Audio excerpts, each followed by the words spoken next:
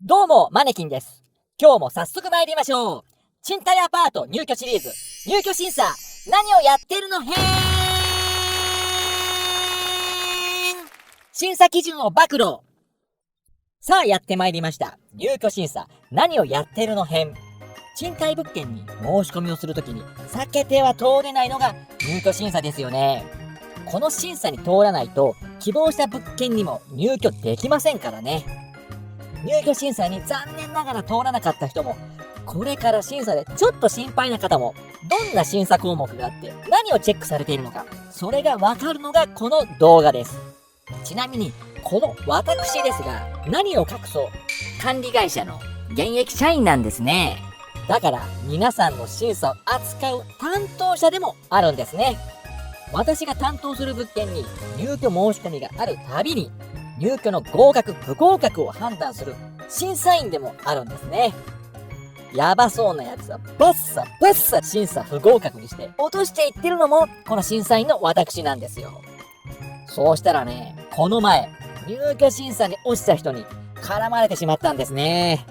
会社帰りに知り合いと飲んでる時にいきなりそいつやってきて、おいお前、何々不動産のやつだな。あ、はい。なんで俺がおめえのところの審査に落ちんだよ。あは俺はな、何も悪いことしてねえんだよ。どういうことだ。すいません。すいませんじゃねえんだよてめえ。俺に恥かかせやがってよ。なんとか言えこら。すいません。俺の何が問題なんだよ。どこが悪かったんだよ。言えこら。はっきり言えこら。そういうとこだよ。そういうとこだよ。と、ここまで出かかりましたね。まあ、入居審査に落ちる方には必ず落ちる理由があります。そういうとこだよにもきちんとした理由があります。あなたの思わぬ個人情報が元で審査に落ちるってことは実は非常に多いんです。それは名前や住所、年齢などの個人情報だけではないってことをこの動画で解説していきます。それでは順を追って審査内容をご説明したいと思います。最近の部屋探しってインターネットが主流になっていますよね。物件情報をスーモとかホームズなど大手のサイトで検索して気に入った物件を取り扱っている不動産業者にお部屋を見たいです、案内してほしいですと内覧の予約をしますよね。そして申し込んだ日時に不動産業者を訪れますよね。ウィーン、いらっしゃいませ、いらっしゃいませ。はい、アウト。皆さん、何がアウトかわかりますか？わかりますよね。そうです。入れ墨、タトゥーがアウトなんです。お客さんの外観、容姿、これも審査基準になるんですね。確かに入れ墨って最近ではファッション感覚で入れる人も多いですし、入れ墨している人が全員悪いわけじゃない、偏見だ、そんな意見もわかります。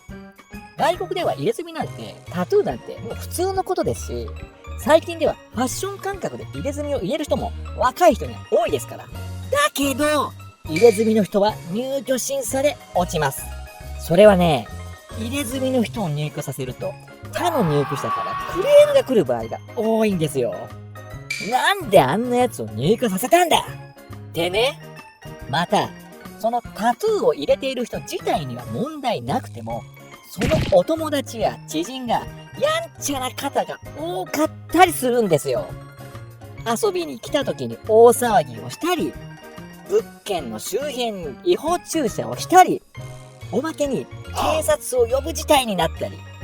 なので入れ墨 NG って多いんですよ。だから入れ墨に対する偏見というよりは、今までの経験則から NG にしている方が強いと思います。大家さんも商売でアパート経営しているわけなんで、過去の苦い経験から入れ墨の人は避ける方が無難だ、そんな考えから入居 NG にしている大家さんが多いんですよ。ちなみに真夏に長袖にタートルネック、汗だくで来る人いるんですけど、その人もう自分で入れ墨入れてますって言ってるようなもんなんで審査落ちます。また入れ墨やタトゥーだけでなく外観や容姿に関しては、例えばピアスがやたら多い人やド派手な人、あまりにも汚い格好の人や、いかにもチンピラ、いかにもヤクザなど問題を起こしそうな雰囲気を醸し出している外観の人は入居審査に落ちます。そして店内に入ると次にアンケートを出されますよね。このアンケートも審査基準になるんです。不動産業者によってこのアンケートの呼び方は違いますが、受付カードとか来店カードといった呼び方が一般的だと思います。ここでは分かりやすいようにアンケートと言いますね。そのアンケートには住所、氏名、電話番号や生年月日、家族構成に勤務先などの個人情報のほか、希望する間取りや家賃などの希望条件を書きますよね。この個人情報を使って簡単な審査が行われているんです。大手の不動産業者の場合、独自にブラックリストっていうものを作っていて、過去にその不動産業者で家賃滞納や入居中に迷惑行為をしていた場合にブラックリストに登録されているんですよ。アンケートを書いてもらった後にその個人情報をパソコンですぐ入力するんですよ。するとモニターにババーン、ブラックリスト登録あり、理由家賃滞納、こんな情報が出るわけですよ。すると営業マンのテンションはだだ下がりになるんです。だって部屋に案内する前から審査に落ちることがわかるわけなんですよ。でもあなた審査に落ちるんで帰ってくれませんかなんて言えないじゃないですか。でもそんな客に時間使うのも営業マンとしてはもったいないじゃないですか。だからパートの女の子にともこちゃん悪い、あそこのお客さんさ案内行ってきてよ。いやあいつさブラックだから適当に案内してさっさと帰らしちゃってよ。さっさと帰らしちゃってよ。で、代わりに案内させるんですよ。それでアンケートの結果、特に個人情報などで問題ない場合は、そのまま営業マンが車でご希望の部屋までご案内っていう感じになるんですね。でもここで営業マンが案内してくれたからって安心してはいけません。次の審査が待っています。それは性格、人柄の審査です。何も引っ込み思案とか消極的な人はダメ、そんなわけではないです。就職試験の面接ではないので、積極的な人、向上心がある人が求められているわけでもありません。見られるのは粗暴な人、高圧的な人ではないか、ここが審査基準になります。やはり賃貸物件は集合住宅ですからね。いろんな人が住んでるんですよ。少し喧嘩っ早い人や他人に高圧的な人などは、ちょっとした出来事が我慢できなかったり、他の入居者とトラブルを起こす危険性がありますからね。おまけに粗暴な人なんかは管理会社や大家さんとトラブルケースもありますので、その傾向が顕著な方は残念ながら審査に落ちます。続いて案内したお部屋を気に入って入居の申し込みっていうことになります。そこで待ち受ける次の審査がこちらです。保証会社の審査。保証会社について簡単に説明しますと、昔は賃貸物件を借りるときに入居者であるあなたが家賃を支払えなくなった場合に代わりに支払い義務を負う連帯保証人っていうのを立てるのが一般的だったんです。例えば連帯保証人はご両親だったり親戚だったりすることが多かったんですけど、連帯保証人って高齢になって支払い能力がなくなったり、入居者のあなたより先にあの世に行ってしまったり、大家さんにとって不安定な存在だったんですね。連帯保証人が例えばあなたのお母さん、母親だった場合に母親に督促の連絡するじゃないですか。お宅の息子さん家賃払ってないんですよ。お母さん連帯保証人でしょ。今から5日後までに家賃支払ってくださいねって言うでしょ。するとね、お母さんがね、あの子はもう感動してます。親子の縁は切ってあります。だから私は知りません。それに私お金ありませんから。なんてことがしょっちゅうなわけです。要は支払い能力がなくなる可能性がある連帯保証人って非常に多いんですよ。でも保証会社ならそんな心配がいらなくなるっていう、そういうことなんです。だから最近の賃貸借契約では保証会社をつけることが絶対条件、必需になっているんですね。その保証会社の審査基準は各々の会社でまちまちなんですが、一般的な審査基準はこちらになります。まず信用情報。信用情報とはクレジットやカードローンの未払いや家賃の滞納などが過去にないかを調べられます。続いて職業。無職の場合は審査が厳しくなりますし、無職の方でも1ヶ月後に就職が決まっている場合などは、その内容を証明する書類の提出が求められます。また、フリーランスやアルバイト、パートの方など、正社員以外の職業の方も審査が厳しくなります。正社員でも離職率の高い業界、例えば飲食や不動産業界なども審査に落ちやすいです。あと、水商売、キャバクラ、ホストの方も審査落ちやすいです。あと、年収と家賃のバランス。例えば、月の家賃が10万円の物件を借りるのに、月収が8万円しかありません。そんな強者もいるんですよ。いや、生活できないでしょ。どうするんですかって聞くじゃないですか。すると、なんとかします。なんとかしますって無理でしょ。なんともならないでしょ。こんな方も審査に落ちます。次に、緊急連絡先。入居者本人に連絡がつながらない場合の連絡先が緊急連絡先になります。その緊急連絡先に選ばれた方が信用できる人物か、それが判断されます。緊急連絡先なので、必ず電話番号を持っていることが最低基準となります。電話持ってなかったら緊急時に連絡できませんからね。ここまでが保証会社の一般的な審査になります。これをクリアすると、次は管理会社の審査になります。この管理会社の審査基準になるのが、先ほどもお話しした管理会社のブラックリストにあなたが登録されているか否かになります。そのブラックリストの項目がこちらになります。まず、家賃滞納。過去に管理会社の物件で家賃滞納がある場合は、ブラックリストに登録されています。続いて、反社チェック。これは、暴力団やヤクザなど、反社会勢力に所属しているか否かが確認されます。続いて、犯罪歴。過去に犯罪歴、逮捕歴がないかも確認されます。次に、精神疾患。精神疾患の患者、それだけの理由で登録されることはありません。この精神疾患とは、例えばその疾患が理由で賃貸物件で迷惑行為を繰り返していた方、そんな方が登録されます。例えば統合失調症の方で、部屋に盗聴器が仕掛けられていると何度も管理会社に調査をさせたり、空室、空いている部屋から音が聞こえると、そういうわけのわからないクレームを繰り返し言ってきた方、そんな方が登録されています。続いてクレーマー。これは重度のクレームを言っている方が登録されています。今で言うカスタマーハラスメントというやつですね。例えば言うことを聞かないと感情的になってキレてきたり、繰り返し騒音クレームを言ってくる方もクレーマー登録されます。少しでも音がするとすぐに電話をしてくる。生活音レベルなのに電話をしてくる。そんな方の対応は無理なのでクレーマーとして登録されています。あと迷惑行為。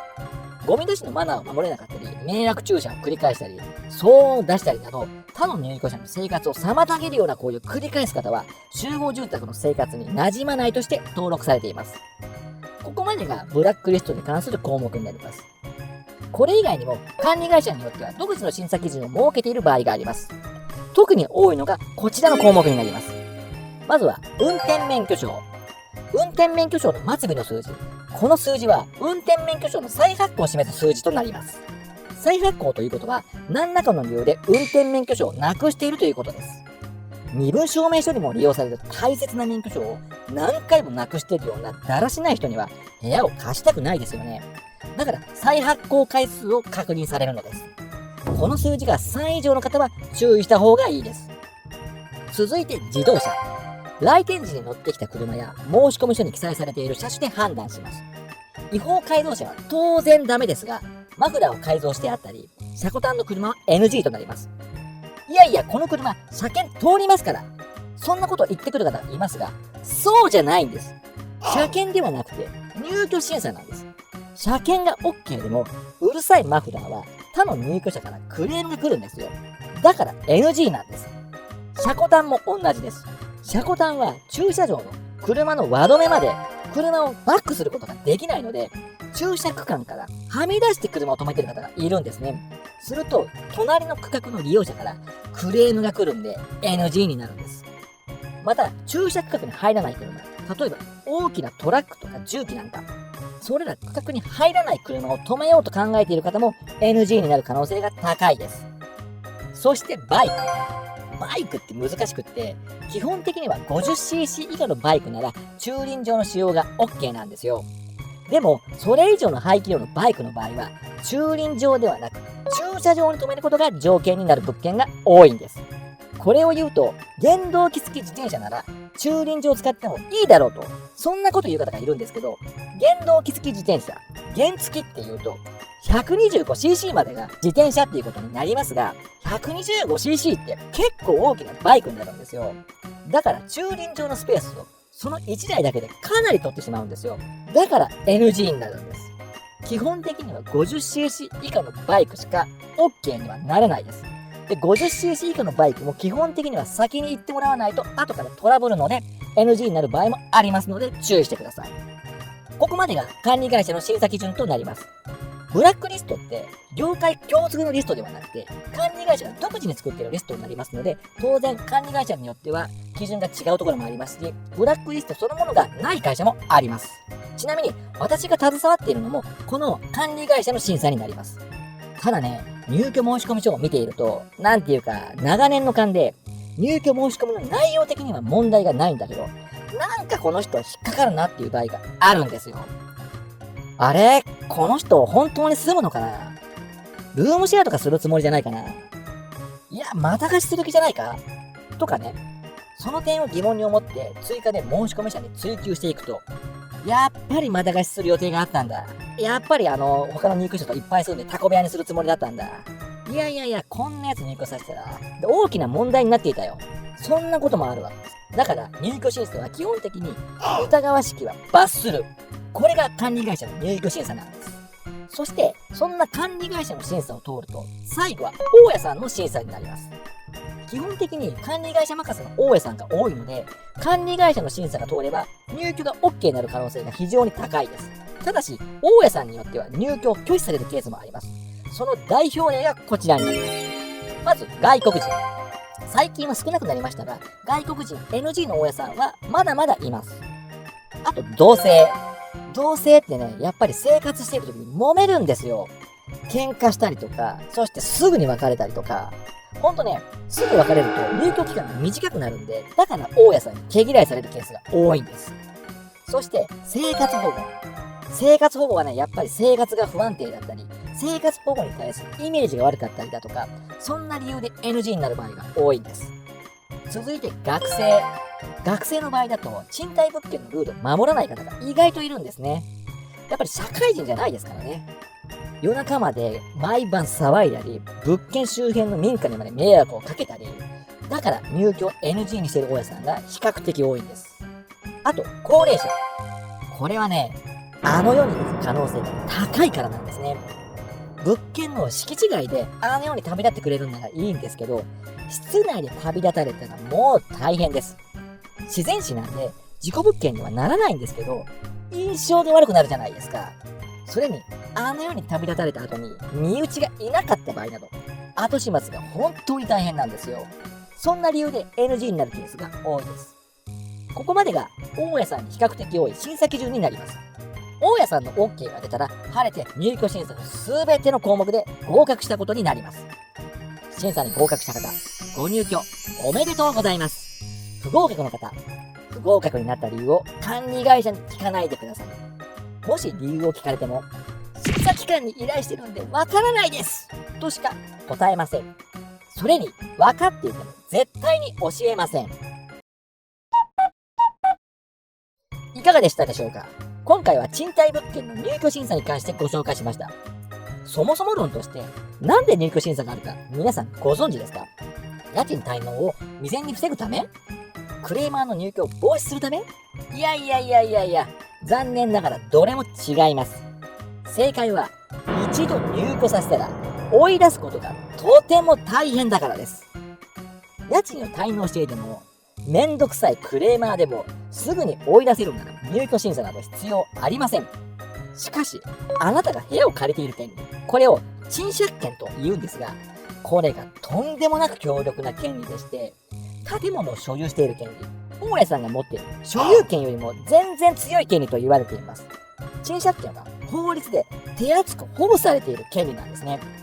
だから家賃滞納をしていても、めちゃくちゃなクレームを言ってくるやつでも、追いすると追い出すことができないんです。だから入居時に問題を起こす可能性がありそうな人をふるいにかけるために入居審査は存在しているんです。ただ、ご安心ください。